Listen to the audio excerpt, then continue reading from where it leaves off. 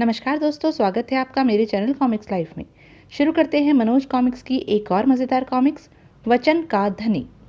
वचन का धनी, लेखक विजय कुमार वत्स, चित्रकार सुंदर एम चित्रे। नौबतपुर राज्य का राजा चितरंजन प्रजावत्सल, न्यायप्रिय व दयालु राजा था। उसके राज्य में हर कोई सुखी था। एक बार हस्तरेखा विशेषज्ञ ज्योतिषाचार्य कुलानंद राजमहल में पधारे। ज्योतिषाचार्य कुलानंद जी, आप हमारा व हमारे परिवार के सभी सदस्यों का हाथ देखकर सभी का भविष्य फल बताइए। जो आज्ञा राजन। तब राजा चितरंजन ने अपने परिवार के सभी सदस्यों को वहां बुलवाया। सबसे पहले ज्योतिषाचार्य कुलानंद ने राजा चितरंजन का हाथ देखा। तत्पश्चात उसने राज परिवार के अन्य सदस्यों के हाथ देखे। अंत में उसने राजा चितरंजन के छोटे भाई जय रंजन के पुत्र विजय रंजन का हाथ देखा। ओह! विजय रंजन के हाथ की रेखाएं देखकर ज्योतिषाचार्य कुलानंद चौंक पड़े। यह देखकर राजा चितरंजन ने ज्योतिषाचार्य कुलानंद से कहा, क्या बात है ज्योतिषाचार्य जी, विजय रंजन के हाथ की रेखाएं देखकर आप चौंक क्यों पड़े? विजय रंजन की हस्त रेखाओं में ऐसा आपने क्या देख लिया है? राजन, विजय रंजन की हस्त रेखाओं को देखकर मैं क्यों चौंका हूँ, यह मैं आपको एकांत में बताऊंगा। तब चितरंजन के कहने पर राज परिवार के सभी सदस्य कक्ष से बाहर चले गए। अब बताइए ज्योतिषाचार्य जी, आप क्या बताना चाहते हैं? राजन, छोटा मुंह बड़ी बात होगी, परंतु कहनी अवश्य पड़ेगी। मेरी मानो तो विजय रंजन को इसी समय देश निकाला दे दीजिए। ज्योतिषाचार्य, आप जानते हैं आप क्या कह रहे हैं? हाँ राजन, अतः मैं जो कह रहा हूँ वही कीजिए। इसी में आपकी और आपके कुल की भलाई है। वो कैसे? तो सुनिए राजन, विजय रंजन के नक्षत्र बहुत बलशाली और कुल नाशक हैं। यदि आपने उसे समय रहते नौबतपुर राज्य से बाहर न निकाला तो आज से ठीक 15 दिन पश्चात आपके राजकीय परिवार पर विपत्तियों के बादल छा जाएंगे। ओह, क्या सचमुच? हाँ राजन, विजय रंजन की हस्तरेखाएं स्पष्ट रूप से इस बात की घोषणा कर रही हैं। यह तो आपने बड़ी विचित्र बात बताई है ज्योतिषाचार्य, लेकिन 5 वर्ष के अबोध बालक को मैं भला देश निकाला कैसे दे सकता हूँ? राजन, यह सोचना आपका कार्य है। मेरा फर्ज तो आपको आने वाले संकट के बारे में बताना था। अब मैं चलता हूँ। चितरंजन को दुविधा में डाल कुलानंद चला गया। उस रात जब चितरंजन अपने शयन कक्ष में शैया पर लेटा हुआ था, क्या मुझे विजय रंजन को देश निकाला दे देना चाहिए? क्या यह उचित रहेगा? चितरंजन ऊह-पोह में पड़ गया। प्रजा के लिए मैं प्रजावत्सल, न्यायप्रिय व दयालु राजा हूँ। यदि मैं विजय रंजन को देश निकाला देता हूँ तो मैं प्रजा की नजरों में गिर जाऊंगा। बहुत सोच विचार करने के पश्चात वह इस निष्कर्ष पर पहुंचा, कुछ भी हो, मैं अबोध विजय रंजन को देश निकाला नहीं दूंगा। इस निष्कर्ष पर पहुंचकर चितरंजन आंख मूंदकर चैन की नींद सो गया। इस घटना के 16वें दिन, गजब हो गया महाराज, गजब हो गया। क्या हुआ सेवक, तुम इतने घबराए हुए क्यों हो? महाराज, महारानी केतकी, युवराज शील रंजन, आपके छोटे भाई जय रंजन की पत्नी सुहासिनी सभी के सभी विहाग झील में नौका विहार करते हुए डूब गए। ओह मेरे भगवान, यह तूने क्या किया? चितरंजन का हृदय दुख से करहा उठा। तुरंत ही झील में जाल डालकर शवों की खोज की गई। अथक खोजबीन के पश्चात झील में से शवों को निकाला गया। राजा चितरंजन और जय रंजन अपने परिवार का यह दुखद अंत देखकर अत्यंत दुखी थे। तभी, आह, क्या हुआ जय रंजन? पल भर में ही जय रंजन का चेहरा पसीने से तरबतर हो गया। वह दोनों हाथों से अपनी छाती दबाकर कराहता हुआ बोला, भैया, ऐसा लग रहा है जैसे कोई मेरे दिल को मेरे शरीर से खींचकर बाहर निकाल रहा हो। आह! जयरंजन, मेरे भाई, घबराओ नहीं, मैं अभी राजवैद्य को बुलवाता हूँ। भैया, राजवैद्य को बुलवाने की कोई आवश्यकता नहीं है।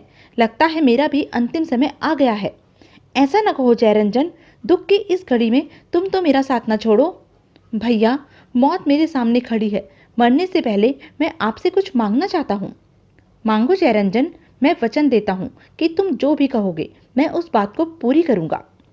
भैया, मेरी बात विजय रंजन को पिता के प्यार की कमी न महसूस होने देना। इसे अपने पुत्र की भांति ही पालना, इसकी रक्षा करना। जयरंजन, यह भी कोई कहने की बात है?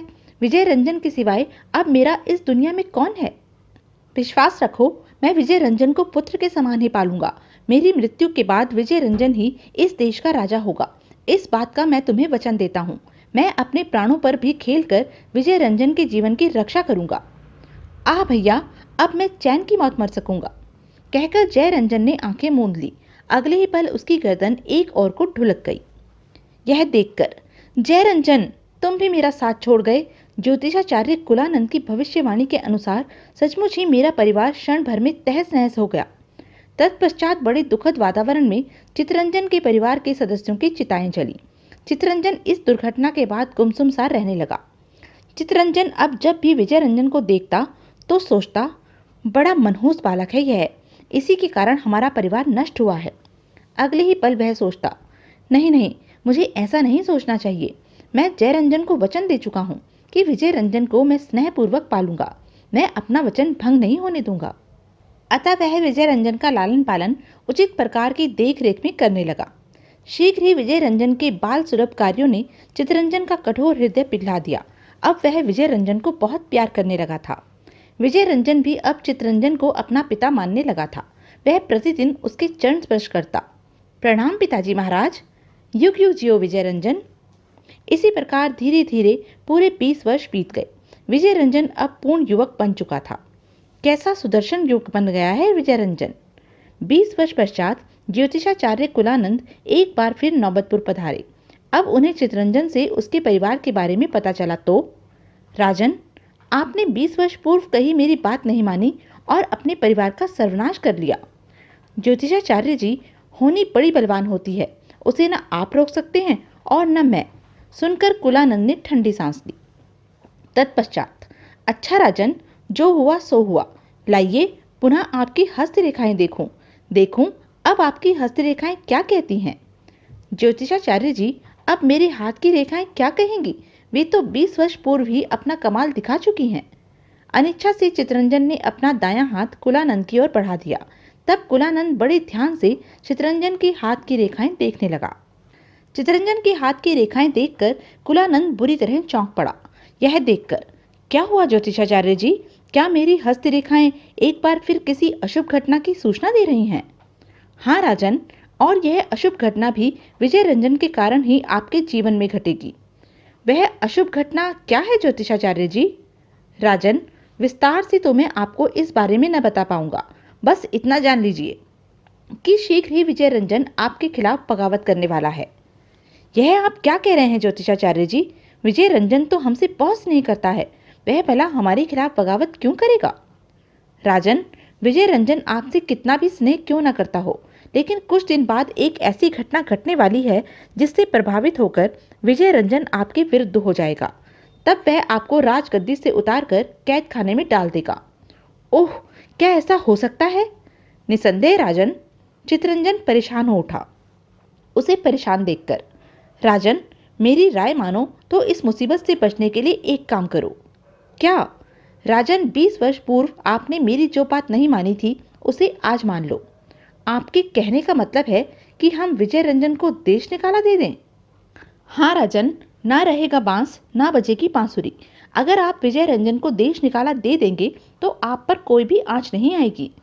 ज्योतिषाचार्य जी, शायद आप नहीं जानते हैं कि वचन की आन क्या होती है। हम अपने मरते हुए भाई को वचन दे चुके हैं कि हम विजय रंजन को अपने बेटे की तरह पालेंगे पोसेंगे। अपने वचन को तोड़कर विजय रंजन को देश निकाला दे दे, नहीं, ऐसा कभी नहीं होगा, चाहे जो कुछ भी हो जाए। राजन, आप बहुत हठी हैं। आपकी हट के कारण ही शीघ्र ही आपके बुरे दिन आने वाले हैं।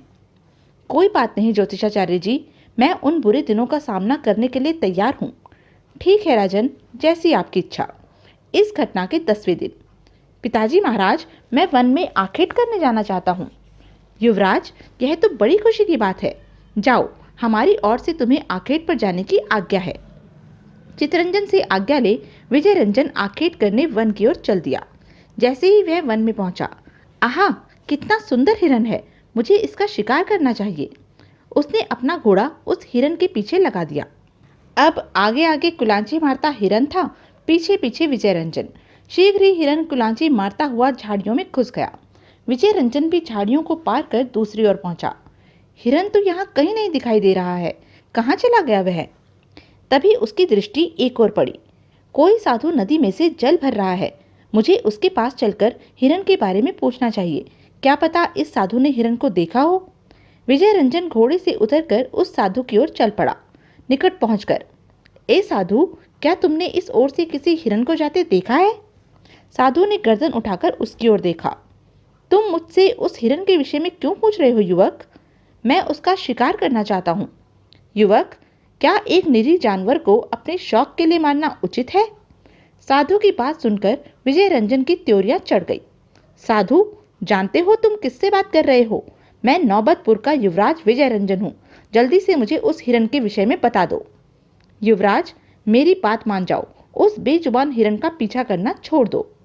शिकार के अलावा मन बहलाव के और भी साधन हैं इस दुनिया में। उन साधनों से अपना मन बहलाओ।